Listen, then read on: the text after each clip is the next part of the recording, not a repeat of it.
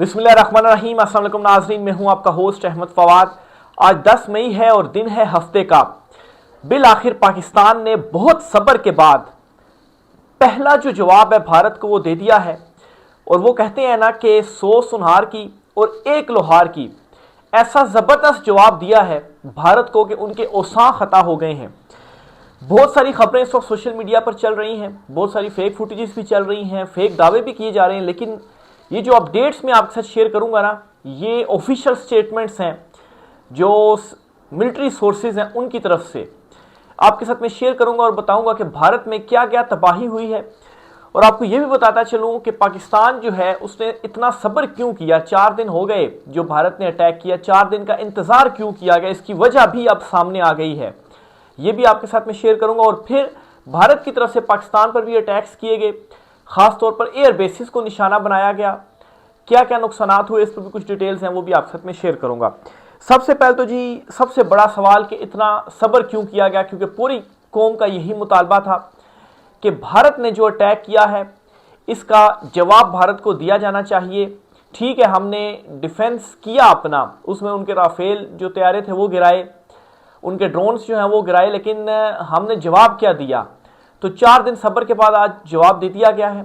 और सब्र करने की वजह ये थी कि पाकिस्तान जो है वो पूरी दुनिया को एक तो दिखाना चाह रहा था कि भारत की तरफ से जो जारियत है वो की जा रही है और ये जंग भारत की जानिब से छेड़ी जा रही है। और वो पूरी दुनिया को ये दावत दे रहा था कि आप आए इस मामले में और इन चीज़ों को रुकवाएं। वो वेट कर रहा था, लेकिन सबकी स्टेटमेंट्स आई। चीन और तुर्की तो पाकिस्तान के साथ खड़े हुए, लेकिन अमेरिका की तरफ से भी जो स्टेटमेंट्स आई, उन स्टेटमेंट्स में भी इन बिटवीन द लाइंस ये कह दिया गया था कि हमारी तरफ से हाथ खड़े, आप दोनों जो हैं वो मामलात को कम करें, आप जो है वो कशीदगी को कम करें। तो जब ये रवैया देखा गया आलमी बरादरी का, तो इसके बाद पाकिस्तान के पास कोई ऑप्शन नहीं था मासवा इसके कि अब उसे जो जवाब है वो दे देना चाहिए। फिर नाज़रीन एक और रीज़न ये थी कि भारत की तरफ से जब अटैक्स हुए पाकिस्तान पर, ख़ास तौर पर उनका जो ब्यास में मिसाइल सिस्टम था, ज़ाहिर सी बात है पहले तो ये मालूम नहीं था, जब वहाँ से जो बरामूस मिसाइल हैं वो मारे गए तो वो जो जगह थी वो एक्सपोज हुई। तो उस जगह पर भी वापस जो अटैक्स हैं वो किए गए और भारत का वो जो वो साइट जो थी मिसाइल साइट, उसको जो तबाह है वो किया गया। फिर इसके साथ ही S-400 सिस्टम भी तबाह किया गया जो 1.5 अरब डॉलर मालियत के थे। तो ये दो जो रीजंस हैं वो इस वक्त सामने आई हैं कि एक तो अब आलमी बरादरी के पास भी पाकिस्तान को कहने के लिए कुछ भी नहीं होगा कि आप ये जो जंग है वो बंद करें, क्योंकि एक तो भारत ने शुरू की और दूसरा आलमी बरादरी ने इसे रोकने के लिए भारत के ऊपर जोर नहीं दिया, अपना किरदार उस तरह से प्ले नहीं किया और पाकिस्तान मजबूर हुआ और वो हक रखता है जवाब देने का और पाकिस्तान ने जो जवाब था वो दिया। मैं आपके सामने वो सारी अब ऑफिशियल स्टेटमेंट्स जो कि सिक्योरिटीज़ राय से आती हैं वो आपके सामने मैं रखता हूँ जी। इससे ये मैं इस वजह से आपके सामने रख रहा हूँ ऑफिशियल स्टेटमेंट्स, और चीज़ों का वेट मैंने इस वजह से भी किया कि बहुत कुछ इस वक्त सोशल मीडिया के ऊपर चल रहा है, फेक भी बहुत सारी चीज़ें चल रही हैं, भारत की तरफ से भी चल रही हैं, पाकिस्तान की तरफ से भी चल रही हैं। लेकिन ऑफिशियल स्टेटमेंट रखने का मतलब ये है कि ये कन्फर्म्ड है और इन कन्फर्म्ड स्टेटमेंट्स के बाद आपको पता चलेगा कितना बड़ा जो नुकसान है वो भारत का पाकिस्तान की जानिब से किया गया। जो अटैक्स हैं वो कामयाब अटैक्स जो है वो किए गए और जो तबाह किए गए एयर बेसिस वो कामयाबी से तबाह किए गए। इसके अलावा भी बहुत कुछ है, लेकिन जो कंफर्म चीज़ें हैं सिर्फ वो मैं आपके साथ शेयर कर रहा हूँ। सबसे पहले जी, इस वक्त भारत के दारुल हुकूमत दिल्ली में पाकिस्तानी ड्रोन्स की परवाजें और उड़ानें जारी हैं। ये रात से लेकर यानी कि फज्र के बाद जो जवाब था वो दिया गया और अभी तक की अपडेट्स हैं। जो ऑपरेशन का नाम रखा गया वो बनियानुल मरसूस जो है वो इसका नाम रखा गया।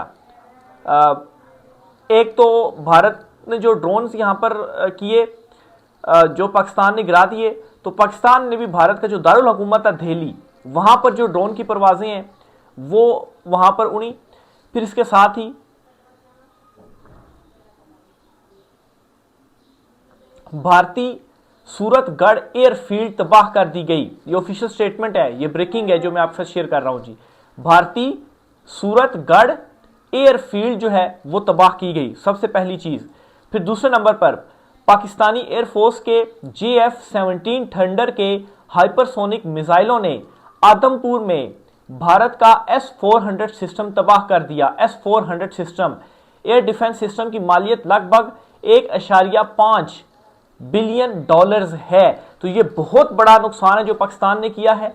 और ये जो एयरबेस आदमपुर S-400 सिस्टम है जो आदमपुर में भारत का तबाह किया गया, ये बहुत बड़ा नुकसान है जो कि भारत को दिया गया और ये ऑफिशियली कंफर्म चीज़ें हैं जो मैं आपसे शेयर कर रहा हूँ जी। फिर इसी तरह से जी साइबर अटैक्स की तरफ आते हैं। पाकिस्तान ने साइबर हमले में बेशतर भारतीय वेबसाइट्स को हैक कर लिया। बीजेपी की ऑफिशियल वेबसाइट को भी हैक किया गया। हैक की गई वेबसाइट में crime research investigation agency, Mahanagar telecommunication company limited, Bharat earth movers limited, all India naval technical supervisory staff association जो है वो शामिल हैं। हैक की गई साइट्स का मवाद उड़ा दिया गया। हैक की गई मजीद वेबसाइट्स में Hindustan aeronautics limited, border security forces, unique Audi, ये कोई अथॉरिटी है इंडिया की, डेटा लीक इसका भी कर दिया गया। इसके अलावा 2500 से ज़ायद जो सिविलियंस कैमरे हैं वो भी हैक कर लिए गए। तो ये आईटी के शोबे में जो भारत को नुकसान है वो पहुंचाया गया। फिर इसी तरह से जी पाकिस्तानी साइबर अटैक टीम ने Maharashtra state electricity transmission company limited को भी हैक किया और इस हैकिंग के नतीजे में जो बिजली थी वो भी मुकम्मल तौर पर भारत की बंद कर दी गई। फिर इसी तरह से जी राजवाड़ी में पाकिस्तान में दहशतगर्दी करने वाले भारतीय मिलिट्री इंटेलिजेंस का तरबियती जो मरकज़ है वो भी तबाह किया गया। ये एक और बड़ा नुकसान जो भारत को पहुंचाया गया। फिर इसी तरह से जी भारत की सरसा एयरफील्ड को भी तबाह किया गया। सरसा एयरफील्ड की तबाही की कंफर्मेशन इंडियन मीडिया ने भी खुद दी। तो ये जो हमारी ऑफिशियल स्टेटमेंट्स हैं ये उनमें चीज़ें आ रही हैं। फिर इसी तरह से जी मोदी के शहर गुजरात में पाकिस्तानी ड्रोन्स जो हैं वहाँ पर उड़ाए गए। फिर इसी तरह से पाकिस्तानी फतह 1 मिसाइल सिस्टम के जरिए मुतअद्दिद भारतीय अहदाफ को निशाना बनाया गया। पाकिस्तानी फतह 1 मिसाइल सिस्टम से भारतीय अहदाफ को निशाना बनाने की जो वीडियोस थी वो भी जो है वो शेयर की गई। फिर इसी तरह से जी भारत की अखनौर एविएशन बेस को भी तबाह किया गया। फिर इसी तरह से जी लाइन ऑफ कंट्रोल के ऊपर आते हैं जी। Pak Bharat line of control पर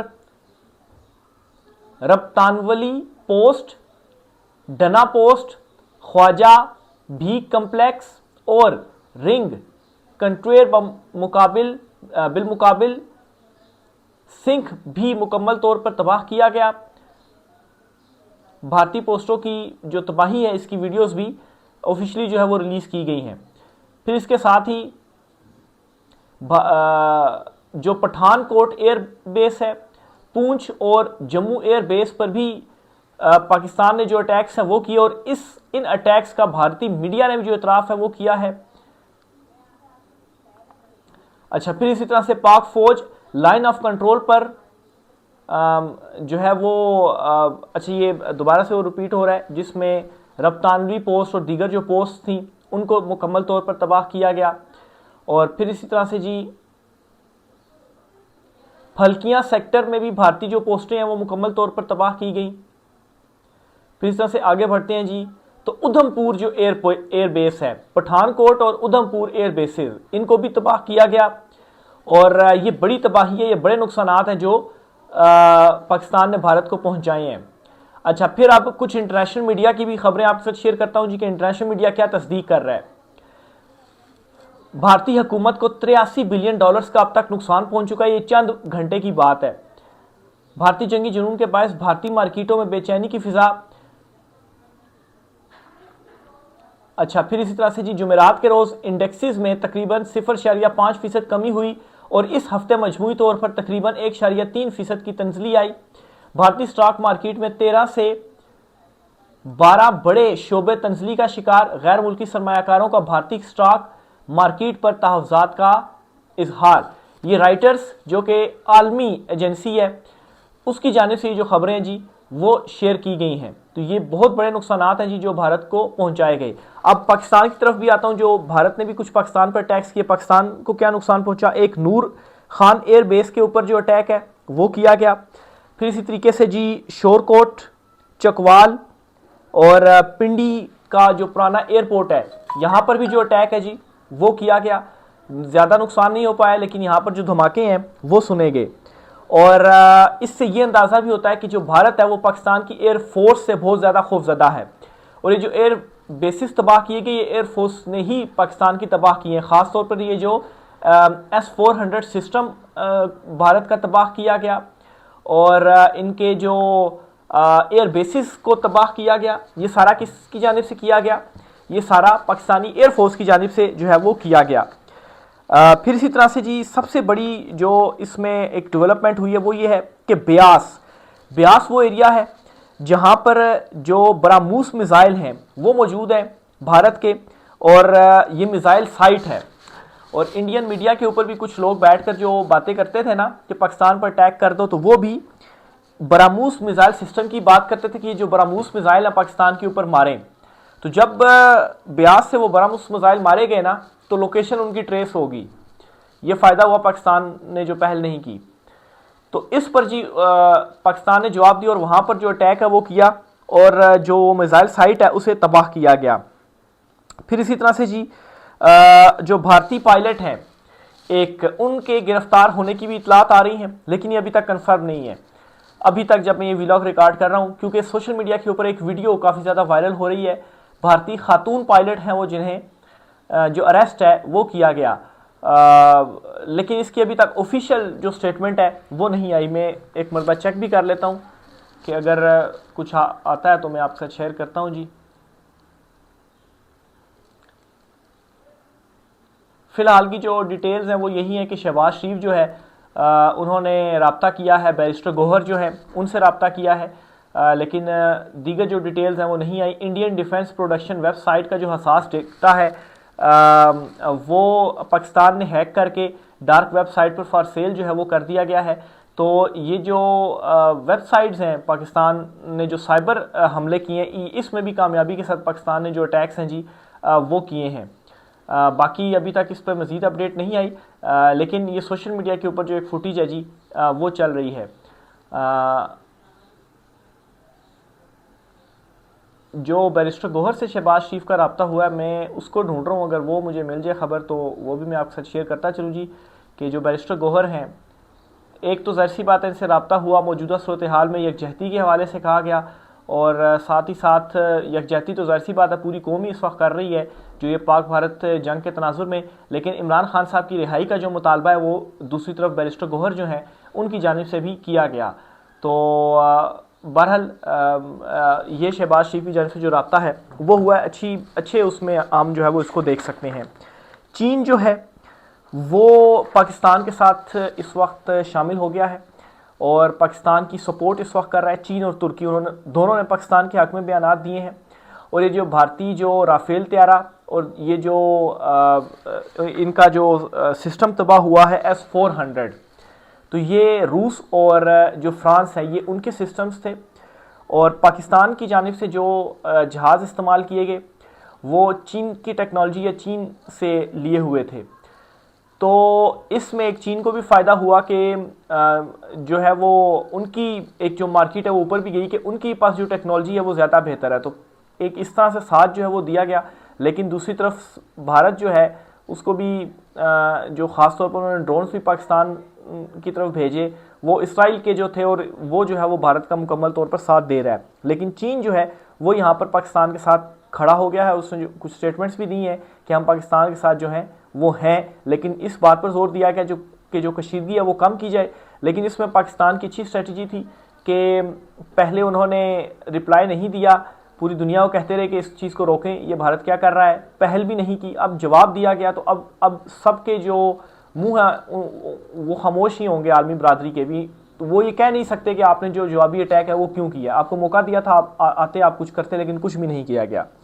फिर इसी तरीके से जी ये जो जंग है इसको देखकर ऐसा महसूस हो रहा है कि भारत इस चीज़ को लंबा लेकर जाना चाह रहा है, लेकिन लंबा लेकर जाना चाहता है तो लेकर जाए, पाकिस्तान भी जो है वो रेडी है। तो ये अब तक की कुछ अहम तरीन इतलात थी जी। कोई 15 के करीब एयर बेसिस हैं जहाँ पर भारत की हैं ये, जो पाकिस्तान ने अटैक्स किए हैं। तो ये सारी कंफर्म इतलात आपके सामने रखती हैं जी। ऐसा नहीं कि कुछ भी सोशल मीडिया पर चल रहा है आपके साथ मैंने शेयर कर दिया, खासतौर पर जिस तरह से भारतीय मीडिया कर रहा है।